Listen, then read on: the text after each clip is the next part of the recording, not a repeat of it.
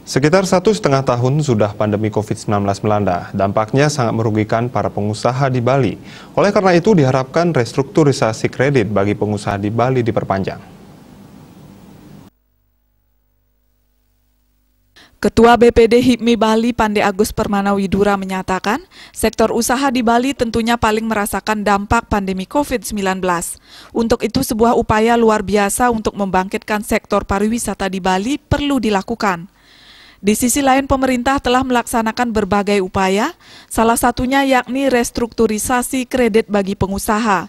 Namun diharapkan restrukturisasi kredit mesti diperpanjang. 1,5 tahun lebih bahwa Bali mengalami masa pandemi dan masa-masa tersulit dalam sektor ekonomi, kami memandang restruk memang harus diperpanjang, dan itu baru saja dikeluarkan oleh OJK juga bahwa restrukturisasi sudah diperpanjang. Namun harapan kami sesungguhnya adalah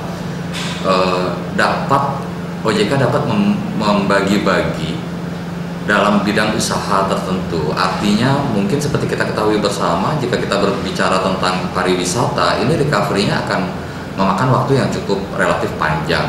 Artinya daripada kita diperpanjang 1 tahun, kenapa tidak dibuatkan suatu formula apabila memungkinkan untuk diperpanjang langsung 2 atau 3 tahun. Jadi kita sendiri sebagai pengusaha bisa melakukan persiapan untuk dalam perekonomian, dalam pengaturan cash flow kita ke depannya.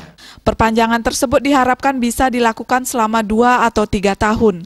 Hal tersebut akan memudahkan para pengusaha dalam melakukan pengaturan keuangan.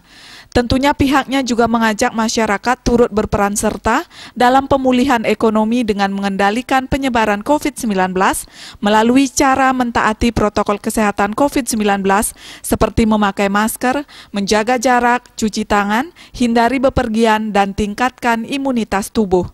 Desak Aryani, Bali TV.